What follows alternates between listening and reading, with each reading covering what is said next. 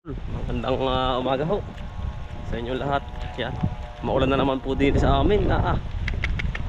Ay likit.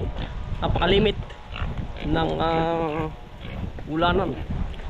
Sa inyong lugar ho, baka siguro ng ganun din po. Tayo naman hindi magpapanlayo ng lugar maliban na lang sa ibang bansa po. Yan. Tayo po ngayon ay pupruning na ng talong at isa pa mga kutol yung si parang Shelo matagal-tagal ding hindi nagparamdam at matagal ding nagbakasyon muna pero bumalik na uli mga kutol na mahingalaang naman po siguro sa trabaho din sa bukid.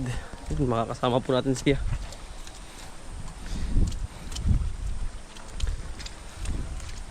Matagal din, isang buwan din ho na nagbakasyon doon.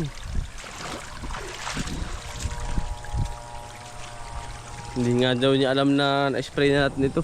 Pina-spray na natin yung mga kawayan, tapos spray na rin yan. Inaantay lang natin yung malugot. Nandun yung siya at nakakapanibago daw, namuti pati at aircon ho sa Laguna sa kanyang kapatid. Pupurningin na natin mga kautol at para maiba na at pumusag na huli ng husto. Yan po ang kalagayan dito sa baba. Okay na naman mga kautol, kaya nga lang uunahin muna doon kabila.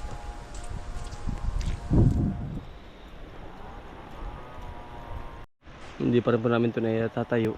Uunahin muna natin kabila.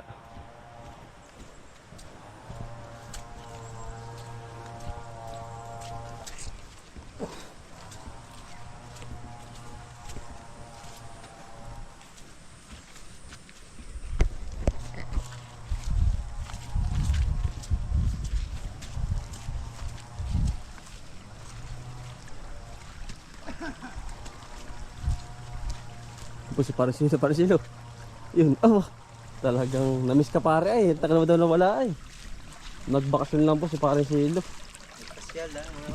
Yun, talagang hinahanap ka sa akin para sa comment hinahanap ka kung nasaan ka na daw. Alam po ng ibang bansa ka na daw yan, nagpasyalaan po. Natagal din po namimiss ka nila pare. Diba? Wala ka sa video ko Ayun po si pare ko namahinga lang daw po siya. Pasyal muna. Pupraningin na po ito. Nagpasyal po sa kanyang kapatid. Laguna na pare. Yan. Shoutout sa mga kapatid mo. Pupraningin na po pare. Para manumbalik po uli ang ganda ng bunga. Mga kautol. Yun na rin ang ating pipino. Malalaki na rin. Tapos para po pinapakayaw naman nila mga magkatabas. Ayan. Pinakayaw po ng 1.5.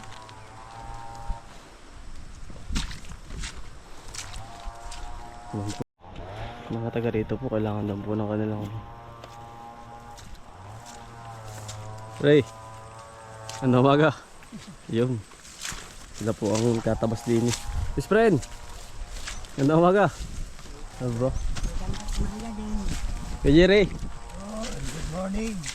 yan po ang ating mga kasama ngayon din nahawan po nila at kami naman yung nagpo-pruning. Nagmirenda na ba kayo? Walang dala. Walang dala? Nalimutan sa bangko. Nako.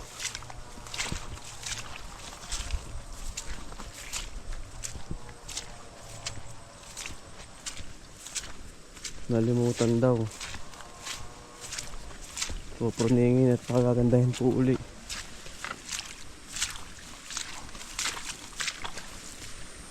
Ito po yung hawa na itong kabila. Gusto ko bago lumipat mga kautol. Tapos na ito. Itong pipinuhan. Tapos itong talong, tapos lilipat doon. Bago namin itaas yung mga sira. Yan. Ito po yung pinakayaw nilang 1.5. Ito. Isa, dalawa, tatlo. Apat na luwang lang naman mga kautol. Yung pinatabas ay dalawa lang eh. Pinasubrahan po natin ng 500. Yan. At ngayon po sobrang hirap talaga mga kautol ng pamumuhay. Sila po pinapaboran ko. Yan. Yung mga kaibigan natin dito sa amin, barangay. Pag mayroong tatrabaho eh, di go po tayo. Pag wala naman eh, di parang silo lang. Ulit tayo may katrabaho din.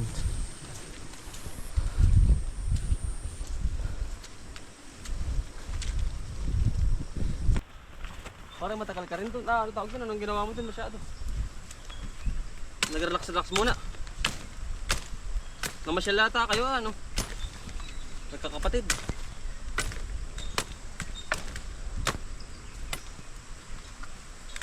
Kailangan din mag-relax ang katawan na yan pare. Kaya pupunta si pare Silo doon. Namasyal. Ano yung kapatid. Yung po mga kasama natin dati. Dito.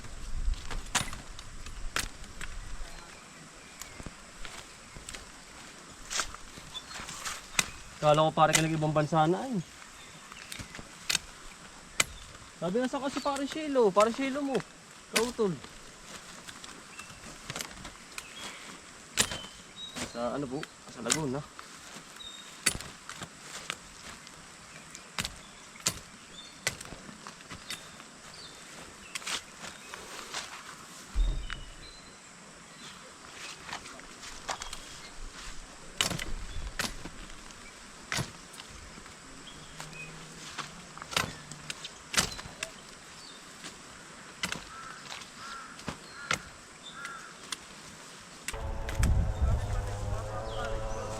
Ayos naman yung mga kapatid nila pare.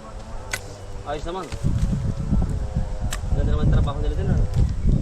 Yung po yung mga kasama natin dati, mga kautol. Yung mga kapatid nila. Ano na? Ibang lugar na. Trabaho na doon. Nauna ka sa kanila para magtrabaho na yan.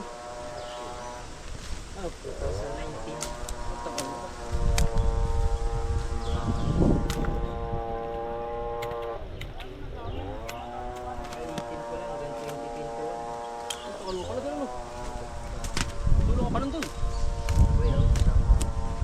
Si Jalmar.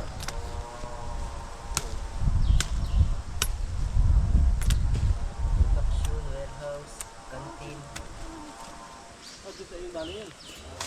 Hindi, marami ako natutukan. Naranasan mo na pala lahat yung mahirap doon. Hirap pa yung warehouse. Ha? Warehouse. Dumakain sa kayo.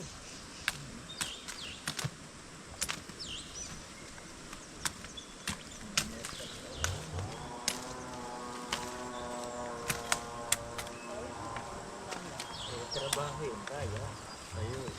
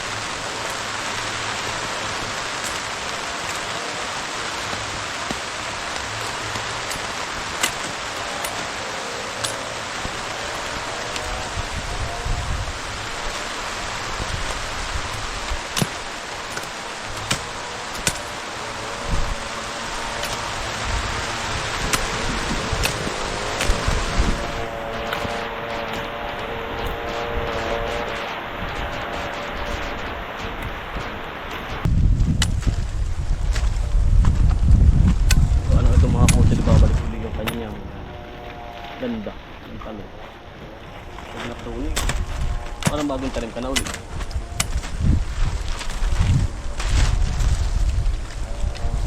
Bugbog ulit sa abo.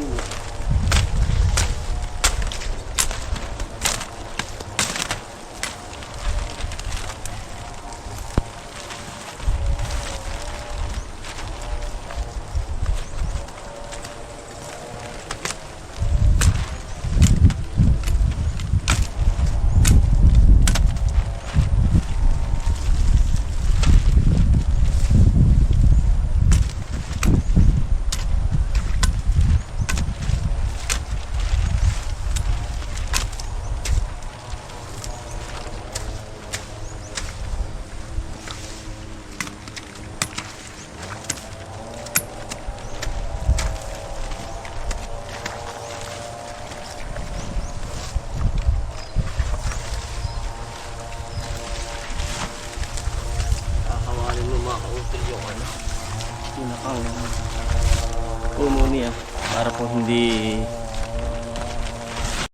Oh, nangyari ng mga ka-utol na rin. Wala po. Aming po nilagyan sa may tabi yung pinakang pinagputulan. Yan. Yan po ay ganyan lang putol. Yan. Yan po ay uuslit na rito ulit. Panibagong sanga na naman. Ganyan ho mga utol ng talong. Kaya the best ay Calixto F1 sa lahat ng talong. Yan. Kompleto na po yan. Hawang-hawa na ulit. Tapos niyan, tapos na po tayo dito sa kabilang ito. Dito naman tayo lilipat. Para habang nagpapalago, tuloy din sa kabilang area. Diretso na tayo mga utol. Tanim. Ito, okay na rin ito. Buti nga dumating na sila. Hindi parang silo. Mga utol eh, nagbakasyon lang po naman pala sila. Akala ko nag-apply na ay. Bakasyon po.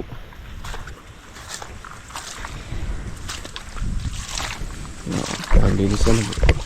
Kailangan na ganyan para yung kanyang katawan ay makarecover agad. Medyo stress pa, bagong taga kasi. Bagong taga. Susupling po yan, mabilis. Sumupling. Kapag kasupling niyan, spray, urea para sa dahon. Nung kumapal uli ang bunga. Hawang-hawa na po ano.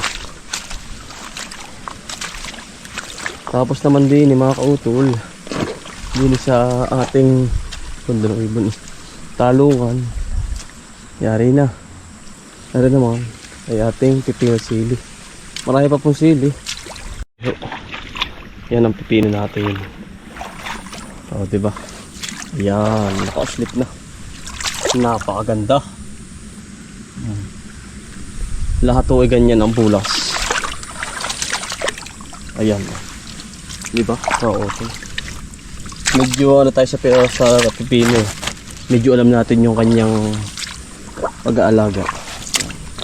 May sili tayo. Double purpose. Kumamatay. Pero hindi pa naman. Siguro. Pero patay na yung iba. Kumamatay, may papalit. Ito ang ating pipino. Yan. Malago yan mga utol. Wala pang abono. Pag naabunuhan mo yan, ayan po ay kakapal. Ito kabila. Yan. Maganda ang resulta. Mataba, malusog ang kanyang puno. Ayan. Malalago na. Nakakapal. Diba? Mga utol din eh. Naalaman ko rin sa mga nagkahalaman. Namamatay. Yung iba may pupusag. Nasa ilalim. Maganda, malaki ang puno. May sili pa rin tayo. Tuloy ang harvest. Nakakauto.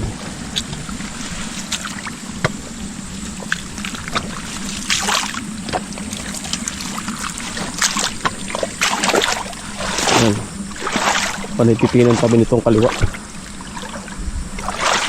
Tapos sili ay kanan. Lahat po ay ganyan. Pero yung iba, ito nililipat ko. Mumove ko yung iba na pipino.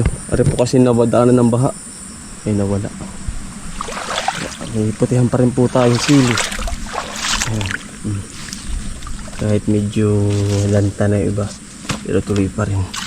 Maganda pa naman ang mga puno niya.